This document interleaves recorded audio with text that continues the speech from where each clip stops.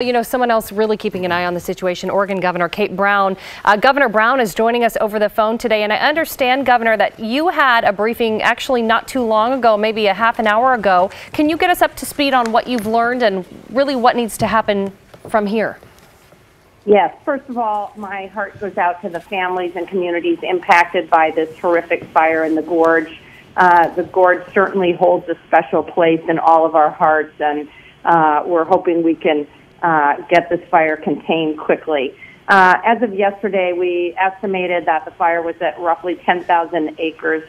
With the help of infrared technology via airplane, we know now that the fire is over 31,000 acres.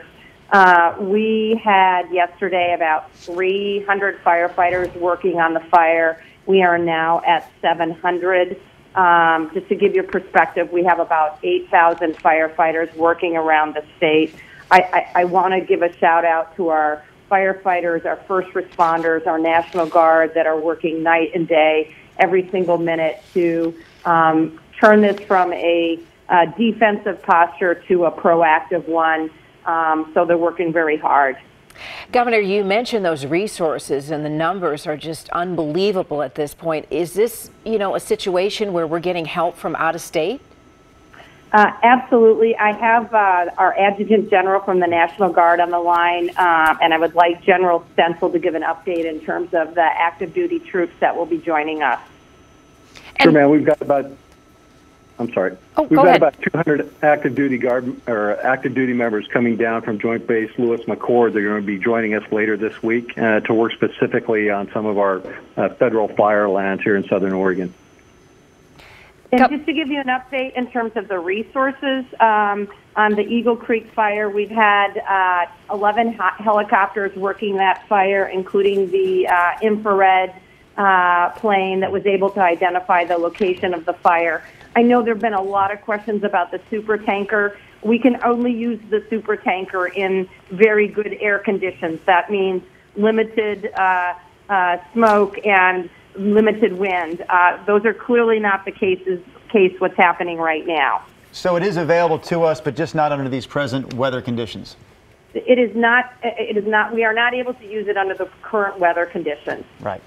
Hey, Governor, looking forward down the road when everybody's safe and sound and the fire is out, is this something that we'll be able to get some federal help, or is it going to be primarily Oregon state funds that, and will those state funds be available to go in and start paying for the reconstruction of any trails or the tunnel that was lost and that type of thing to bring the recreation area back? Again, due to the heroic efforts of our firefighters, we've been able to hold the fire back from Multnomah Lodge and our fish hatcheries up in Cascade Locks. They're working hard to contain the fire in the Bull Run watershed area and obviously contain in such a way that we can hopefully reopen I-84 and Union Pacific Railroad can start running cars through. Just to give viewers a perspective about what's happening here in Oregon, of the roughly 1.8 million acres that are burning nationally, about 500,000 of those are in Oregon. Wow. We've made multiple requests of other states, California, Washington. They're under the same conditions that we are. Idaho, I hope, is going to be helpful. I've certainly requested aid from the federal government. I made that request 2 weeks ago. It is an extremely critical time for Oregon, and the federal government should be giving us every single resource that we have available. Governor, obviously at the center of this, a 15-year-old who is suspected of potentially lighting fireworks. Obviously, Oregon State Police is investigating this. What would you like to see happen with the investigation, and maybe what can we learn from this as a community?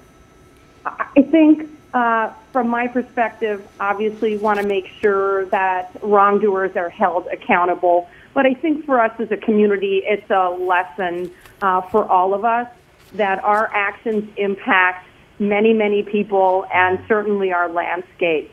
So I caution folks that smoke, that are using lawnmowers, that are driving. Certainly any of these can certainly set off a fire. I just encourage people to be extremely extremely careful. Governor, final question for you, because I know it's a busy day for you. Wondering, the word containment, we wait to hear it's so much contained. Can you even speak to that at this point? Because of the changing weather conditions, what I can say is this. In the last several days, we've been in a defensive posture in terms of the Eagle Creek fire. Finally, the firefighters on the ground are telling me that we can move to a proactive posture, an offensive posture, and at least start to try and get things contained in the Eagle Creek fire. So that's good news, but it's all dependent upon the weather. So keep your fingers crossed. We need rain.